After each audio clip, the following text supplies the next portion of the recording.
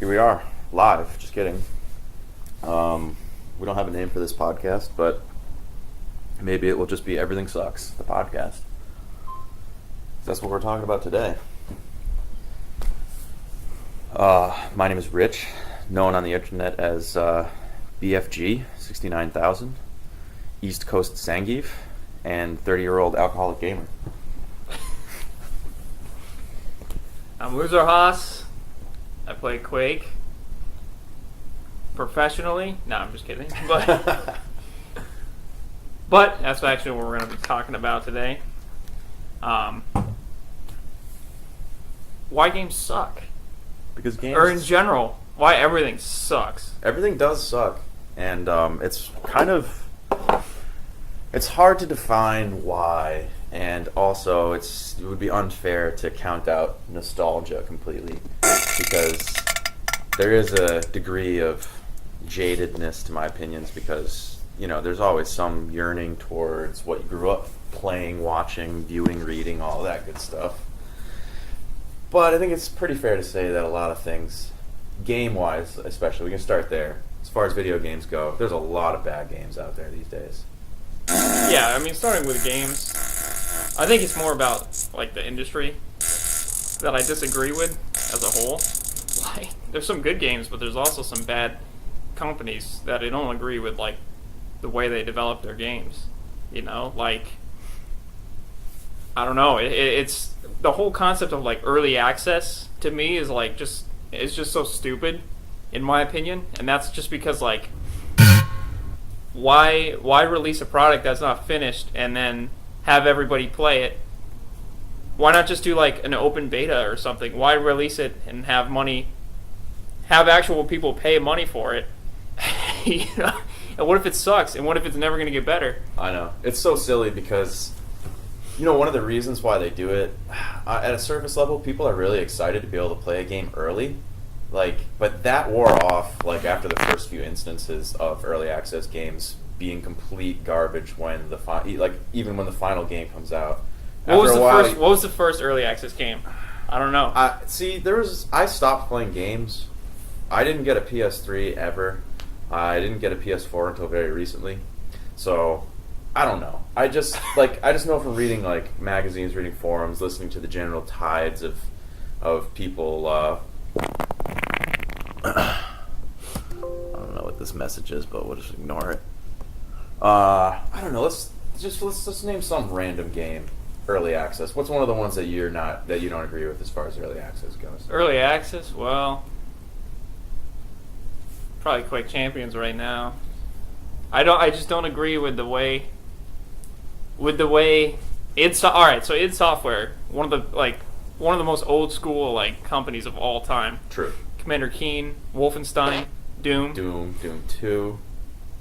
Like, they made the game and then they released it. Now, and they did this with Doom, like 2016 as well. Like, they released it and it was shit. Like, the multiplayer, like, wasn't really even a factor in the game. Yeah, it's not at all. It's horrible. But I mean, I guess that they kind of did it a little right there, because that was a beta. But with early access, with, like, Quake Champions, for example, basically what's going on is, like, they're releasing it way too soon, and then they're developing it, like, as you go on. Which I don't agree with. You know what? They're putting you to work as the beta testers. Which right? I don't understand. And when that concept first came out, that was kind of cool. Because people were like, all right, we're having input in the game. Yeah, but now when you have to pay $30 for it... Exactly. And that's what happens. All right, so I view games through a really specific lens because I'm really into fighting games. So, you know, Marvel vs. Capcom 2, that's my top game. All-time list, that's number one, easy. Yeah. When that game came out, there was no such thing as like a hot fix. It was the game. Online That's patch. how it should be. So, like, Street Fighter 2, it came out and the game was the game. There were some glitches that they were released in later versions, but it wasn't hard to do. It was expensive. So if they were going to make a change, they had to like bite the bullet and spend some bucks to get it fixed for the next version. But now they can do it so quickly that it could be a great thing, right? Like, oops, we made a mistake. Let's fix this real quick. People's PlayStations are frying because like we have this game-breaking glitch, right? That is a good thing. But what happens is Joe Gamer is playing online. He gets lamed out by like a fireball trap, and he complains to his buddies on the forums, or on like Reddit or whatever it is, and all of a sudden there's like this tide of people that are like, yeah, you shouldn't be able to do fireball traps. That's cheap. Yeah. So like people whine, and that leads, because it's so easy for them to make a change and they want their consumer to be happy, they'll change it. Because like somebody who's shitty at a fighting game whines about something that one character can do, and it gets changed. And it happens No, that's how it is with Quake Champions. because it's so easy. Yeah, I'd like to hear your opinion on that. But like, just to finish my thought, because it's so easy, it happens before people have the time to actually figure out how a game should play. Particularly with a fighting game, it takes some time for strategies to develop. But like the squeaky wheel gets the grease. That sort of mentality leads to preemptive changes to things that just shouldn't be changed, and it's bad for the game. No. I mean, that's how it is with Quake Champions right now as well.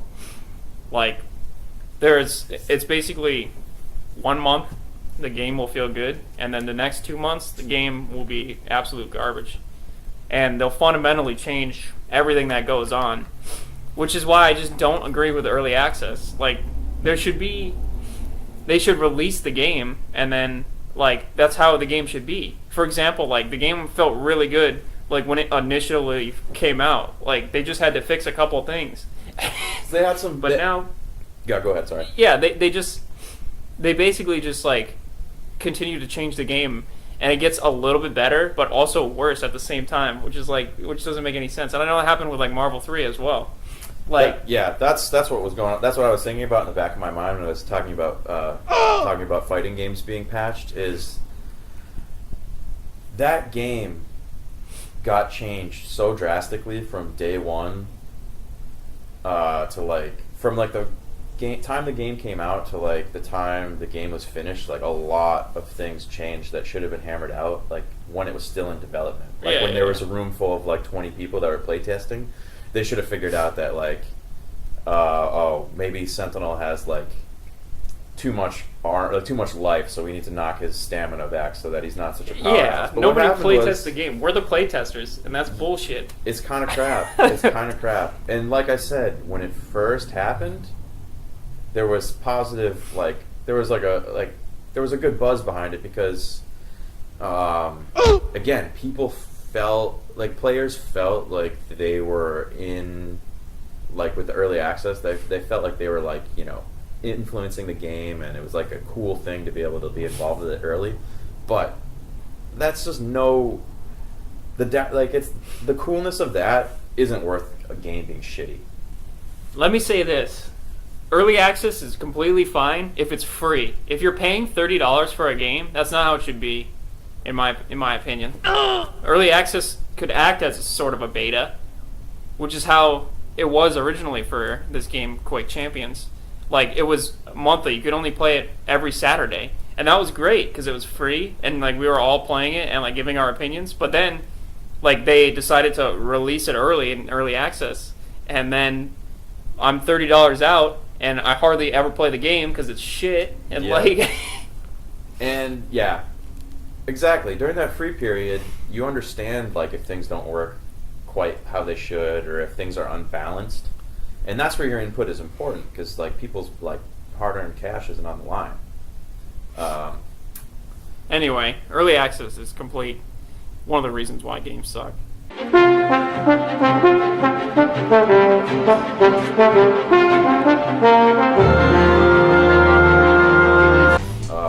Next. Hot fixes is another good one. Go on that topic. I'm not like a hardcore Battlefield player. Like I know a lot of people got started with like Battlefield 3 or like even earlier. But So you have to take what I have to say with a little bit of a grain of salt, because I understand that the older Battlefield titles may have had some pretty big changes from like day one to like a year in, but the like massiveness of the changes from day one, Battlefield 1, to where the game is right now, and continues to evolve, quote unquote evolve, because honestly, to me, it's not getting any better. But like, there's no reason on earth where a year plus after the game's release, the developer is completely changing how you take damage, how like the weapons damage in the game. That's exactly how it is with Quake. How are they making a massive patch that changes the basic times to kill for like the different weapons? That's my point. Dramatically. Making fundamental changes to the game. It's fine if you add new content and stuff like that, like new maps, but why fundamentally change how the game works? So drastically. It completely, like, okay, I still like Battlefield. I like the changes, but it's a completely different game. Like, why not just put all that effort into the sequel? Make another game. Yeah. Like, why are you changing it so much? You know what? I read about this the other day. They're actually changing how the sniper rifles work. Like, there's the game is. It's like I can't even like express how crazy this is. That they're changing how sniping works. Like, you know how the scope glint is on certain rifles? Yeah. They're making it so that there's like a rainbow colored effect to the scope glint if that sniper is within his like sweet spot range of his rifle, where he'll one shot kill you. Yeah, I don't like little changes like that. It's stupid. It's just, yeah, I don't even know how little it is. It's just it's madness to change a game. They changed the crouch sliding, right? Like, I like that because we've talked about this. Like, mobility in shooters is definitely a cool thing. Like, maybe it doesn't fit in Battlefield 1, but why are you changing it a year in? Yeah. Just leave it. Just make a new game. I don't know. There's a lot of hardcore Battlefield people that just never liked Battlefield 1 at all.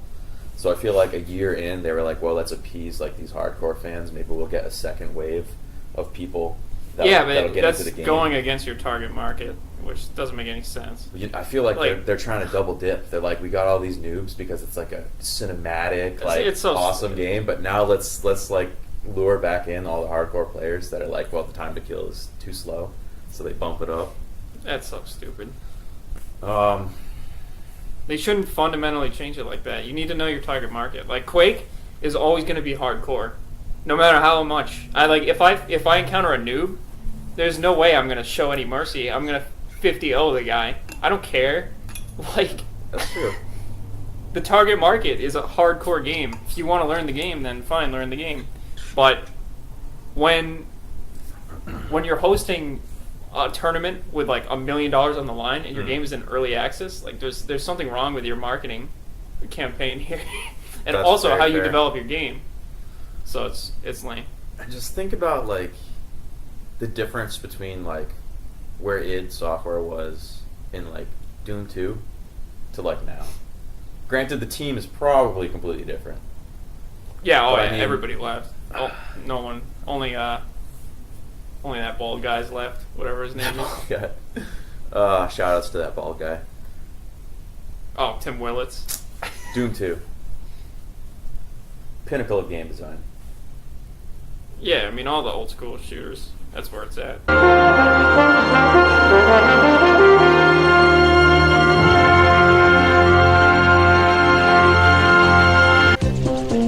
Alright, next. Pay to win. Which is like completely it's like the most stupid thing on the planet. I mean, think about the debacle that EA just had with what is it, Battlefront 2? Oh yeah, like this is real world stuff. Like their actual like publicly traded like shareholder price like dropped because of all this. Yeah. It's like I guess yeah, that's sort of like loot crate progression gimmick is illegal in some countries. yeah. I don't like loot. That game didn't interest me at all. But I can see why people were upset because Yeah, we're talking about Battlefront 2 here. right, in theory, like I know they obviously didn't do the math because in theory you're supposed to be able to play, like put time and skill in order to like unlock the things that you can do with money.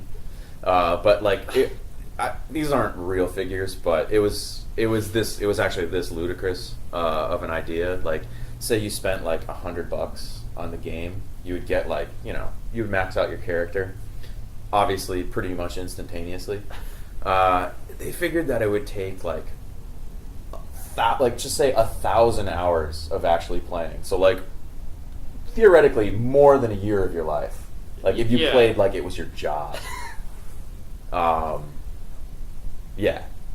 In order to get that same level of progression. So obviously they changed that. There was clearly going to be backlash to that.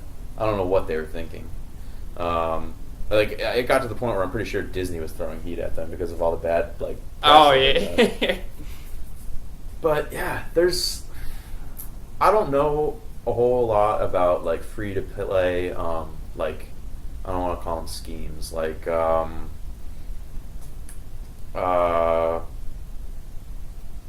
I don't even know the word I'm thinking of, but like TF2, like they had the hats. Overwatch has the costumes, right? Yeah. You're paying for cosmetics, basically. Cosmetics with me are fine, as long as they're optional and they don't impede someone who doesn't want to do it. Like if there's, like in TF2, you could never ever go to the store or whatever. Yeah. In the menu. That's completely fine. You could never ever go there if you didn't want to. But if it's like in the game, that bothers me a lot. Yeah. Like for like Counter-Strike is a really good example of how they do it right. Like Counter-Strike, you can buy skins for your guns or whatever, and that's fine. If you want to do that, it's fine. Yeah. But like that's not what I'm into. As long as it's optional, I mean it's fine with me, but I don't like when it's in your face, like loot boxy and all that, you know?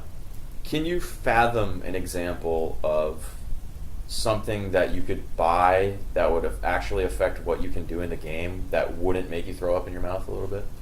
Oh, what do you mean? What do you mean? Like something like a less extreme version of what the Battlefront 2 thing was about. Like if you could actually buy a gun. Buy some sort of like ability. No. Because like you would get into weird territory where you'd have to have like a server for like people that like bot skills. Because that's not fair. If someone has a gun, everybody should start with the same stuff. Yeah. If somebody has a better gun than you, that's not fair. I know there was. If they paid for it, that's complete garbage. Just because you paid more money doesn't mean you're better than me. I know there was like a joke like when Street Fighter V came out, because I'm pretty sure I think it's a free-to-play game, like technically, where the characters that you can play for free rotate. Like, oh no, you're thinking of Killer Instinct, I think. Okay, I thought there was something like that with Street Fighter V. Oh, maybe there is. Out. Yeah. I don't really know. I didn't really play it a whole lot. Like maybe 10 sad minutes of my life. But yeah, like the joke was like you could like just buy air blocking or like buy extra meters. Okay, it isn't true, but like when you think about it, like that would be the equivalent of the Battlefront 2 thing, like in a fighting game. It's like you would just buy moves that like other characters couldn't do. It's too bad because like my opinion of all these games are like permanently tarnished, like if they have, and I'm not willing to give them another chance. Like I've played Battlefront 2 once, because my cousin has it, and I mean it was fun, but like I'm not gonna buy it. You don't want to deal with all that nonsense, yeah.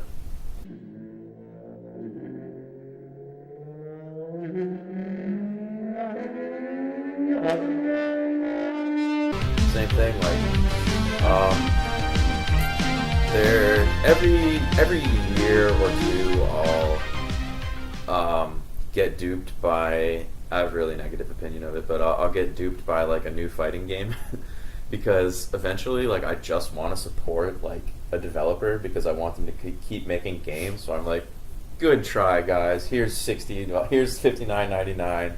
I want to give it a shot. But, like, I did that with Marvel vs. Capcom 3.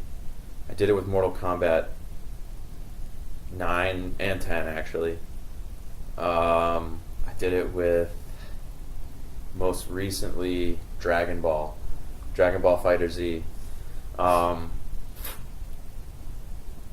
think the game might be kind of good, but it's just not my cup of tea. I really wanted to support it because I do know that Arc Systems are like a quality developer, and their take on the license is really good. They did the same thing with Hokuto no Ken or Fist of the North Star, their fighting game that they did probably in the early 2000s, late 90s, very late 90s, where playing the game is basically the same as watching an episode of the show. It's like that well done, and the attention to detail and all the like callbacks to the show are all there. And they did the same thing with Dragon Ball, but just they have to make back in the day, like a fighting game could be hardcore, like really tough entry barrier, like a lot of work you have to put into learning how to play. Combos could be like, it could take you like an hour just to like learn a basic combo, and that was okay because you knew that like the lifespan of the game was going to be like a solid like year, 2 years. Like people still play Street Fighter 2, like Super Street Fighter 2 Turbo.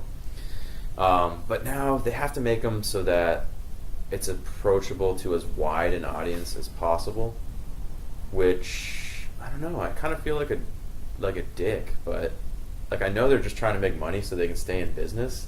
But at the same time, like back when arcades were a big business, fighting games were a lot harder. They were like way more hardcore. Like you had to put in work, and I feel like you do have to put in work to like be the best at like the new school fighting games. But I don't know, if you like could time travel and you just went back and picked up like a top fighting game player from the 90s and like dropped him here, and he was like a teenager and had no job, like the guys from back in the day would just trounce everybody if they had the time to pick up these new games.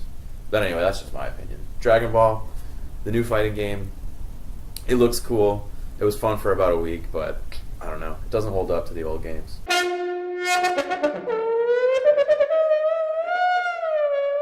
It really doesn't. Well,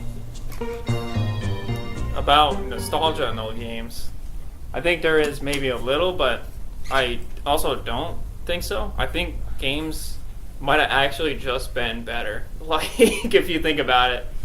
And I'll give an example. I'll give a movie example actually. So most movies suck nowadays. Specifically the Star Wars movies; those are absolute garbage.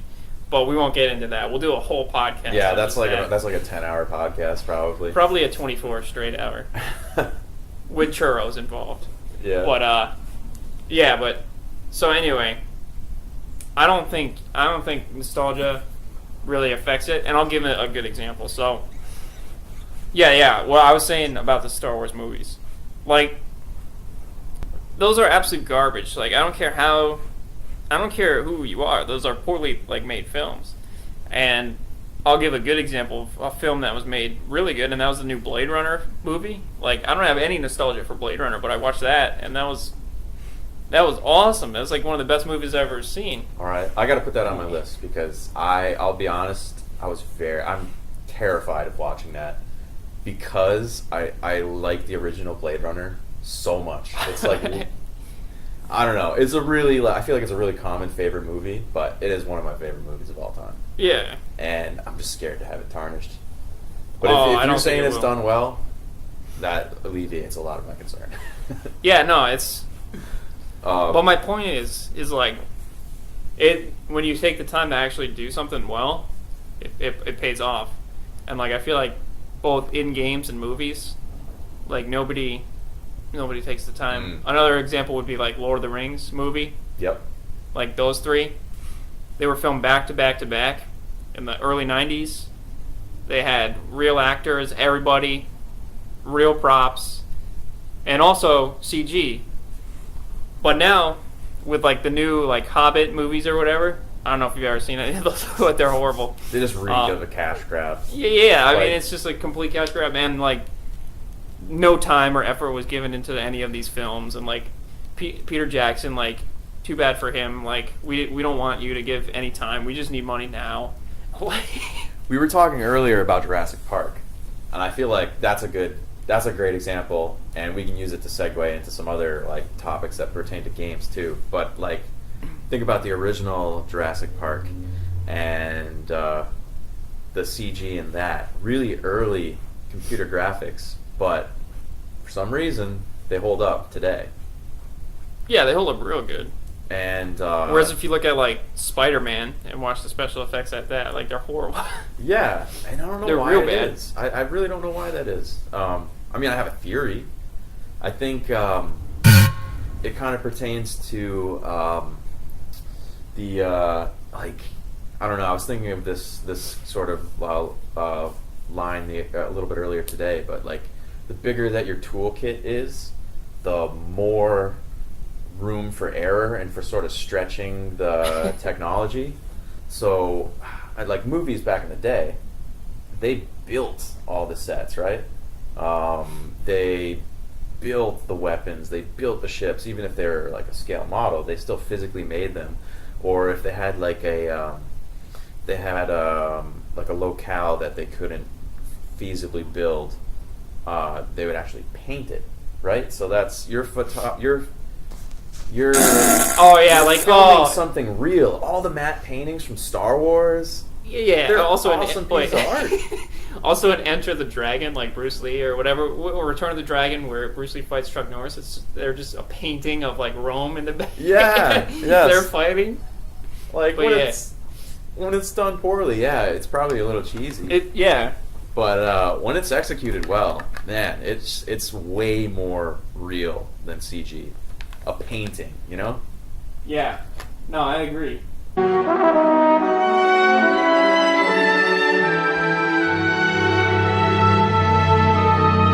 So yeah, Blade Runner is a good example. Like, I feel like they went way over budget on just Deckard's apartment in that movie. It's crazy. Like they really like decorated this place super uniquely. They have all kinds of props. There's stuff in that movie that gets like between like it gets like a half a second of screen time. There's tons of stuff that they made that didn't even get filmed. And I feel like it was like $100,000 set, his apartment in that movie. But that's the kind of thing that they did back in the day. That's like an extreme example of like attention to detail and like set design. But there's not a whole lot of that in movies anymore. I feel like, you know, there's a few exceptions, obviously, but Another thing to talk about is that like I don't get excited about like entertainment anymore. Like I don't get excited about new games anymore. There's too many times where this has happened.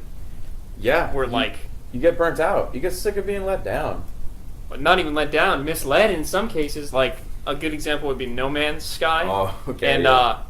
Also, like this new game, Sea of Thieves. When I saw the trailer for this game, Sea of Thieves, like I was like, oh wow, it's like basically this pirate game. It looks pretty cool. Yeah, it looked really, really cool. But turns out, it's not at all what it said it was. I thought it was a single player game that you could play with your friends against enemies, but it's a massively multiplayer online game. Okay, it's not just like cooperative with no against content. CPU. Well, there is cooperative, but it was misleading in the ads, like, and so I'm tired of this, and like, No Man's Sky is like a great example. that's the biggest one. If you look at the trailer, I just imagine that guy being on the run, just hoping like nobody spots him because he made bank off of that, didn't he? He must have. oh yeah, Wasn't it a Kickstarter kind of game? yeah. Well, no, no Kickstarter. It was backed by Sony, and then Okay. like, but yeah, they made like hundreds of millions. I'm pretty sure. Like no refunds, by the way. On Steam, you still can't get a refund, and it's still $60, by the way. Oh man, yeah. In theory, great idea for a game. You could it's like a sandbox game, exploration. You could play for the rest of your life. You know, maybe if you're lucky, you'll find another human player. Wasn't that like one of the gimmicks? Like Yeah. you can play for the rest of time. When you you- may never find another like player. Also, when you find someone, which is supposed to be the big reveal, it's just a dot. It's just a circle. That's your character. Oh my goodness. What a load of crap. It's that is. misleading and it's wrong. That's not how it should be. Back in the day, like if you read a magazine, like PC Gamer, like 1995, whatever, and you see like Doom, like that's Doom. That's what it is. There's no misleading about that. In fact, they said in the article, we're gonna make the best game of all time. And it turns out That's so badass. we're gonna take over man. the world, and they did. Yeah, I think games were better when they were simpler and when there were less people involved in making them. Doom, like the id team was pretty tight knit. Obviously, like pretty big. I feel like of a studio for the time, Yeah. but by today's standards, tiny. Oh yeah, like six people or whatever. Just Six. passionate, right? That's a key. I feel like there's like a lot of career. The industry wasn't defined back then, so people who were in it loved making games. They would have made them if nobody even bought their games, I feel like. Yeah. But it's a career now. You can go to school for it, which, you know, it's good, I'm sure. But I bet you a lot of people are stuck with that degree and they're not doing a whole lot. No, I bet. Yeah, that's like one of I mean, I one know of the about degree- that. I went to school for art. I'm not drawing comic books. I still draw, but I have a day job for sure. So obviously, you get what you put into it to a large extent. But yeah, small teams. Yeah, I mean, I think small teams are better. Think about all the games What? made by like one or two people from back in the day. Out of this world. How many people made that? One. One guy, One guy. Eric Chahi. That game is legendary. Just great design. It was probably just as fun for him to make those levels and figure out how people were going to solve the puzzles as it is to actually play it. In fact, it probably isn't even that fun to play a lot of them because you're just ripping your hair out the whole time. Yeah, But yeah, what a great cinematic game made by one man. I don't know. We were just talking about Doom 2. Think about how many. Think about how much content for that game exists just because it was so simple to make levels that anybody could just make their own Doom once. yeah. No, I agree. Yeah, that's what makes games great. His ability, his so ability. I feel like simplicity is overlooked. Think about how big the indie game market is. That's sort of like a marker for how like convoluted and crazy games are getting. That there's like a huge market for just real simple old school kind of games, like all the twin stick shooters there are, Geometry Wars. All the procedurally generated sort of shooters there are, like Binding of Isaac. I'm sure there's a lot more like that as well. What else? Super Meat Boy is just like a throwback to all the like really hardcore old school platformers. Yep. No, I mean, And you know it's what? changed. Difficulty. Like games, like the Super Meat Boy is just a ridiculously difficult game, but people still ate it up. I remember when I was a kid, I didn't even beat a Nintendo game like from the ages of like 7 to like 15. Like I went back like way after the lifespan of Nintendo before I ever beat a game. They were just hard. Now I feel like games have to be easy. Yeah, it's not how it should be. Another thing, we talked about trailer doesn't match up to the game, which is what really pisses me off. I want to talk about why I sold my PlayStation 4. All right, let's do that. Let's go down that road. So I bought right around Black Friday of like 2016. I was like, I saw this trailer for a game called Horizon Zero Dawn.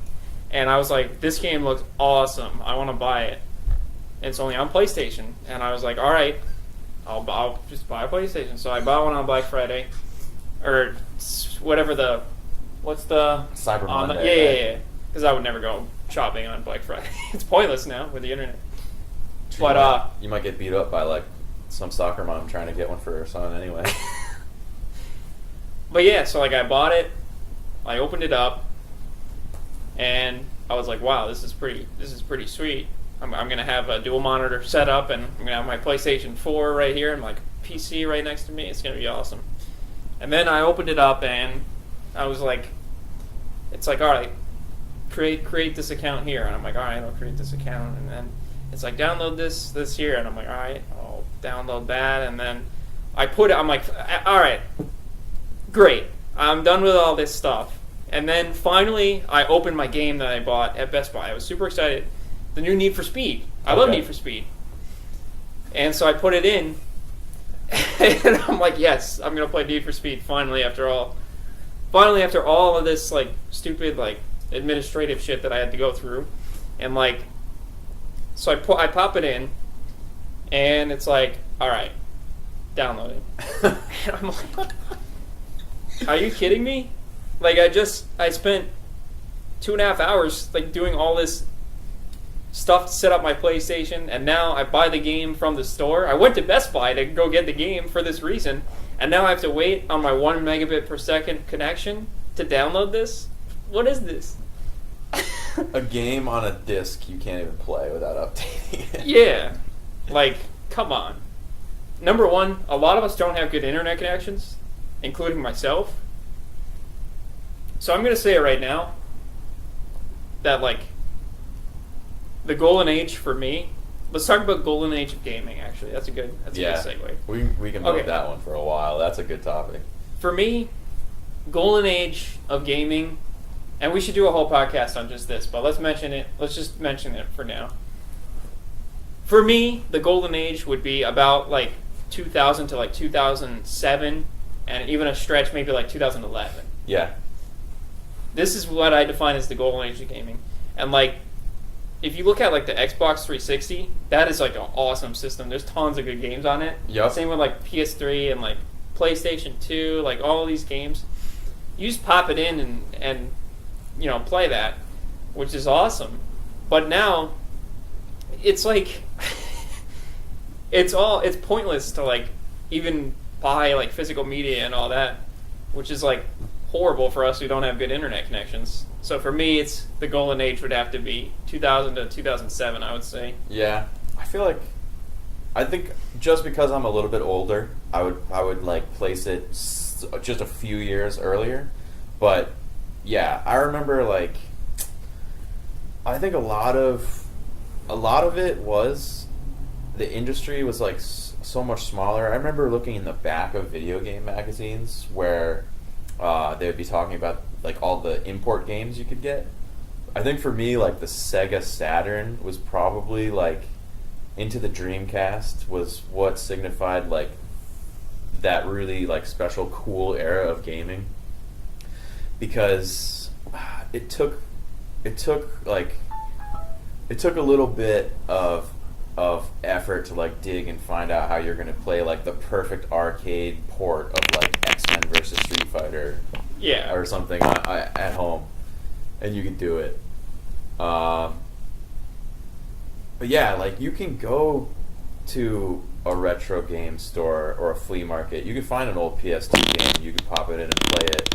But like, what are we gonna do? Like when you want to play an old PS4 game, Yeah. and you realize that like the only ones that exist as physical copies are like the like AAA games, like Call of Duty, the Battlefields, the like. Yeah, but you still have to download them, right? Like, so what happens when they stop supporting PS4? There's nothing you can do. Yeah, I'm just wondering like This happened with the Wii recently, actually. They're gonna hit you up. Like, what happens when you want to play some indie game? Like, you're gonna have to rebuy it, pretty much.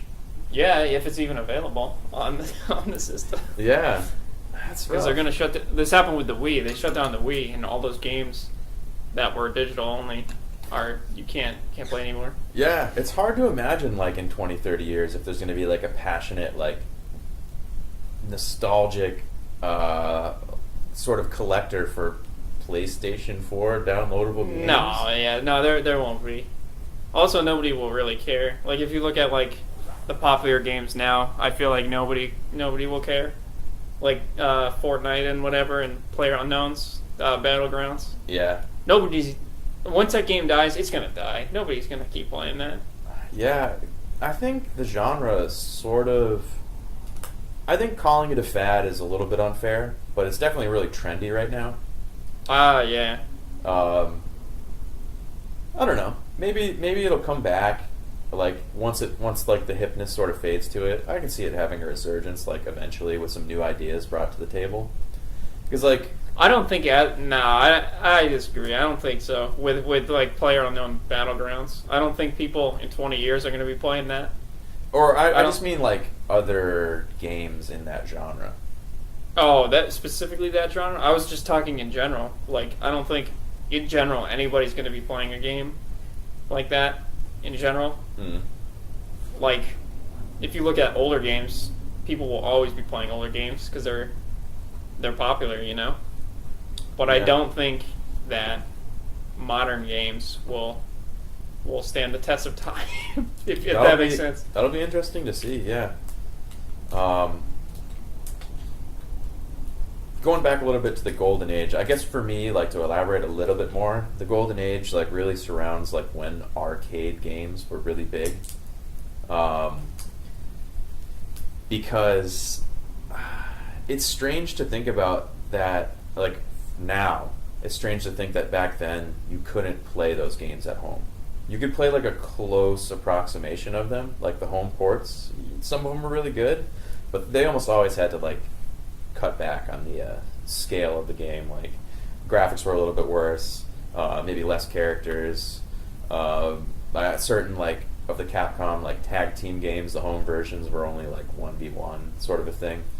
But like I guess like the big turning point was that's the import Sega Saturn stuff with the expansion cart were pretty much arcade perfect.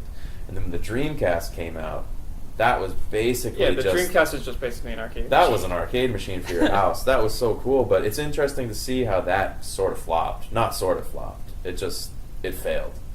There were, Well, I mean, yeah, because people lost. Because the USA Sega Saturn isn't really that good. the It's all, library it's all wasn't about the strong. Japanese. But man, I'll tell you what. Last time I was at like at an arcade, like one of those like Dave and Buster's type like family like eatery debauchery setups.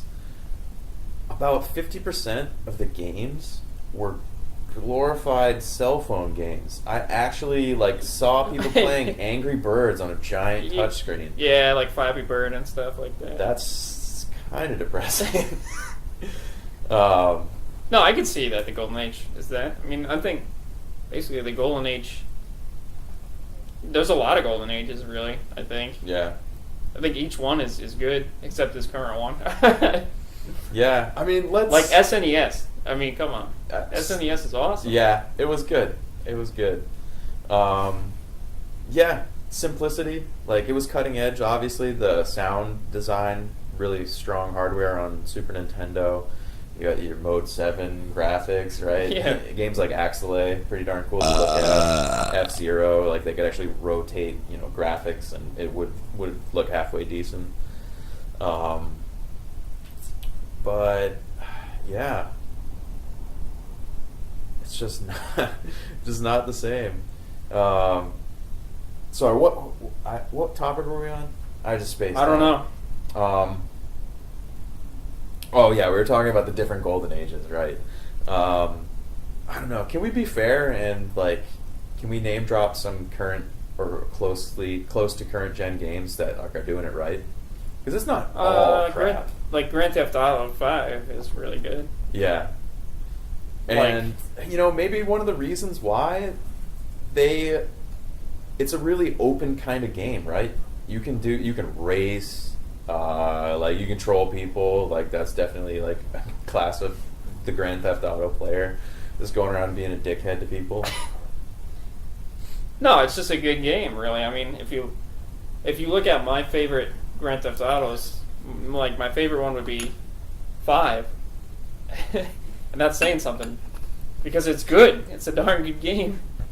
It's like one of those maybe rare sequels that keeps on getting better. Yeah, Is because that fair? they actually like add content that's good, but every other franchise just goes one step back and not one step forward.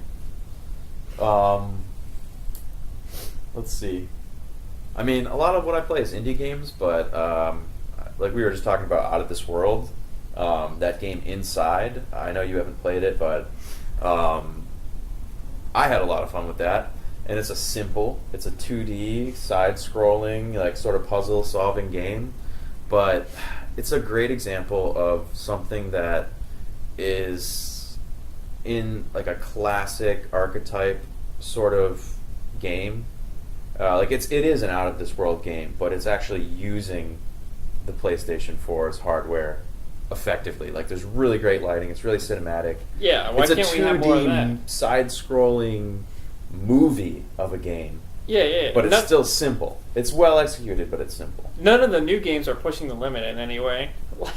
If you think about it. I mean, maybe the limit of polygon count, but it's sort of Nobody cares about poly. We're not playing does. Virtual Fighter here.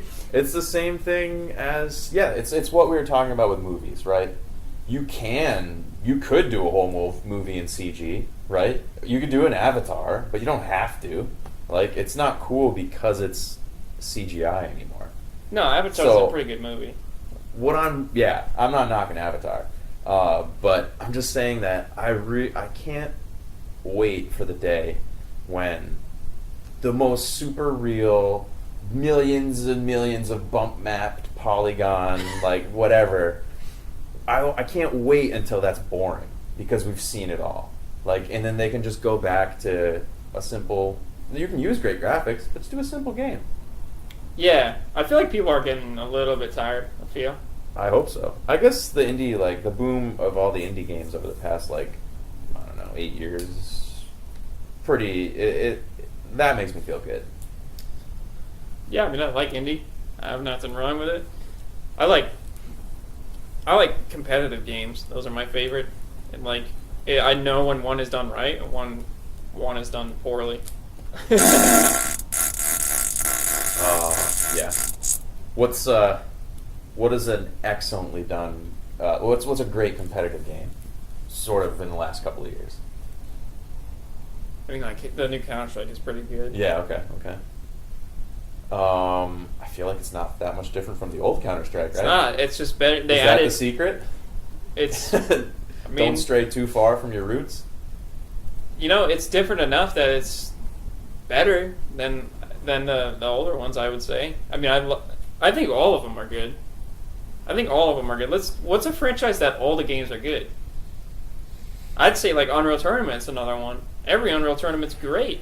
I can't think of one that's not fun to look at, not fun to watch, like good players play.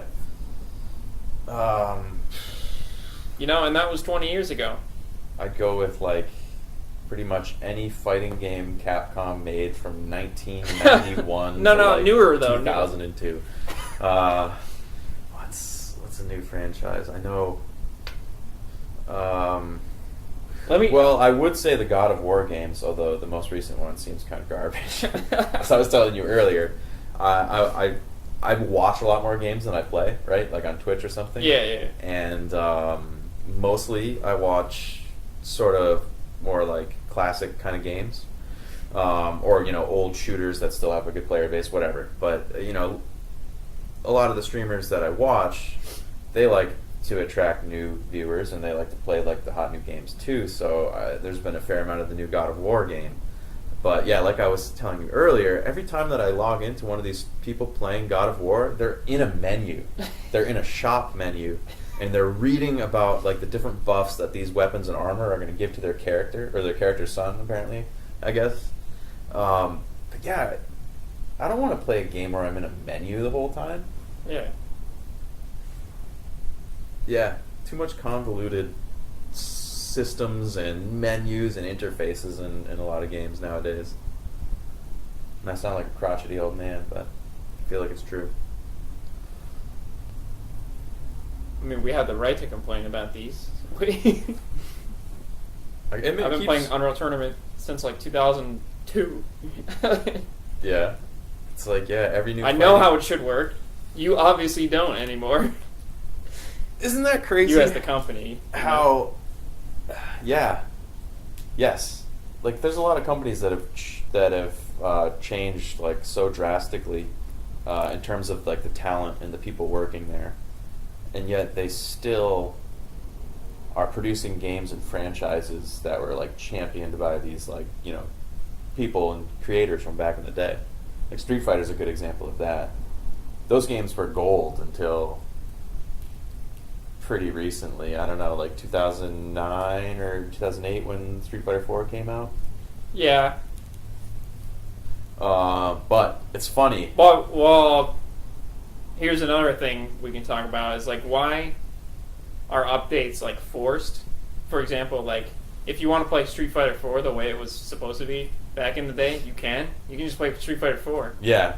And then you can just buy Super Street Fighter 4 if you want. You can buy Arcade Edition if you want. You can buy Ultra Street Fighter if you want. Yeah. If I want to play Quake 4 version 1.01, I can play You Quake can't, 4. yeah. Yeah, that's funny actually, yeah. Well, you can with Quake 4, but you can't with the new one. Yeah, I'm just gonna bring it back to the arcade days because I remember, and I've seen recently when I've been to Japan once, and when you walk into an arcade, you literally have a lineup. Like there's Street Fighter 2, Street Fighter 2. There's a couple guys playing that, and then there's Street Fighter 2 Champion Edition. There's a couple guys playing that. Yeah, you and can then play which it version goes you up want. the line. Those versions are archived, like physically right there for you. You can play the old versions. And yeah, same thing, like a cartridge-based system. Sure, you can you pop in the game you want to play, you can play it. But yeah, what do you do when you decide that I like Mortal Kombat 9 version 1.39? Yeah, now you're screwed. You can't play that. That actually. I thought that came out because I remember I played the character Jax. He's a dude with the cybernetic arm, like he has like a boxing style.